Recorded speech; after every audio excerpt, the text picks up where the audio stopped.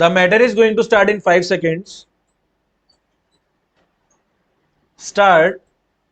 Madam, this debate on the Sarkaria Commission's report has come not too early.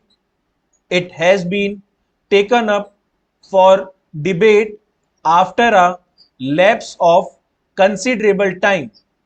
Nevertheless, I welcome this debate. At the present moment, the center-state relations are passing through a critical phase. Many problems and issues have come up during the last 40 years of the working of the Constitution. Many irritations and tensions have been built up between the center and the states in working the Constitution. The Home Minister, Mr. Bhutta Singh, has said that the government has got an open mind on the recommendations made by the Sarkaria Commission. I wish the government had applied an open mind and impartial mind while giving the terms of reference to the Commission. Madam, the terms of reference announced for the Commission had definitely a central bias, and the Commission itself has taken note of the term of reference of the Commission. At the very outset, the Commission drew up a sort of format for itself on the basis of which it may make recommendations. This format influenced its thinking and its deliberations and its final recommendations. However, at another stage in the beginning, it has made one more observation, a very important observation. It talked of a dual polity for India, but in the working of the constitution, there was progressive erosion of state powers, and there has been and there is overriding and bypassing of states and their powers by the center. The Constitution has given three lists distributing the powers, the responsibilities, and the functions between the center and the states. There is the union list, there is the state list, and there is the concurrent list. For many years, the concurrent list has been enlarged to the disadvantage of the states.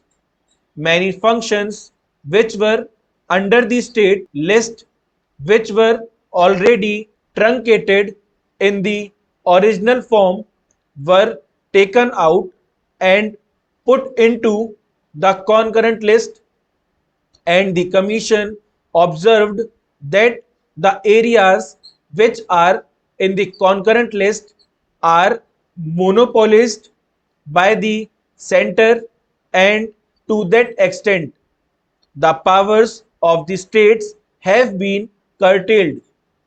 The Commission has suggested that whenever the center wants to legislate on a subject in the concurrent list, previous concurrency of the state governments should be obtained, and it is also suggested that it should not be left to convention or practice, but should be incorporated in the constitution.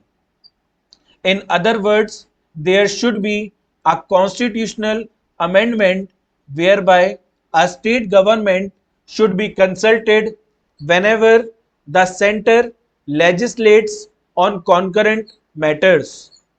The Commission has dealt with various aspects, for instance, the appointment of governors, the powers of governors, the rights of governors. Madam, on this, the Commission has made some important recommendations.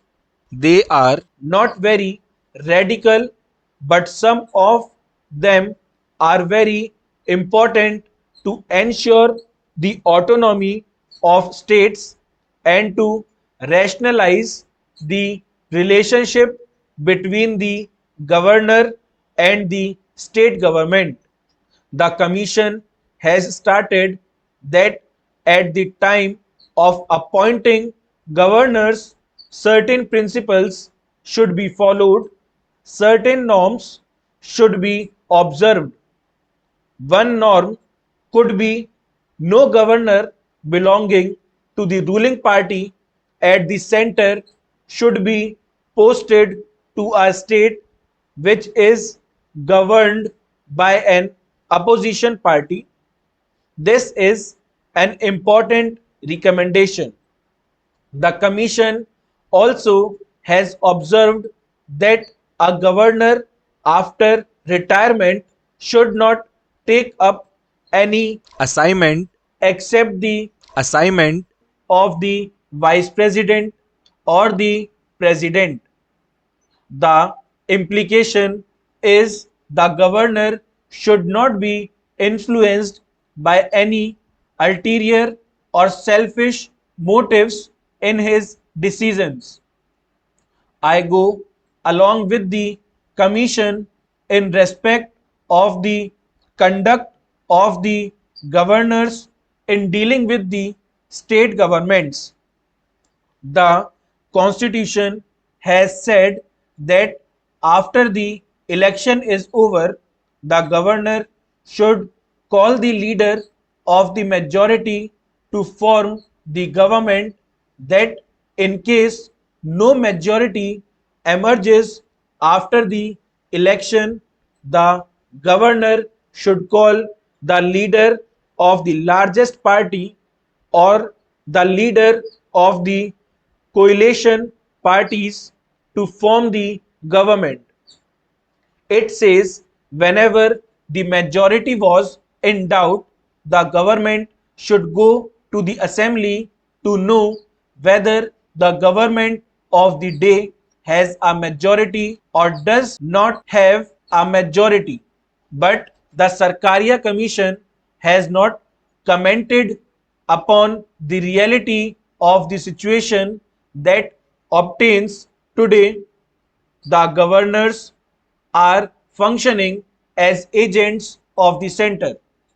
They are appointed in non-Congress states, often from the personnel drawn from the ruling party at the center, and the governors are supposed to function as the representatives of the government of the union.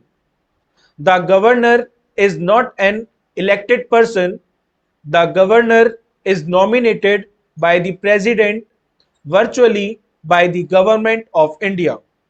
So, in reality, the governor is acting as an appendage of the center.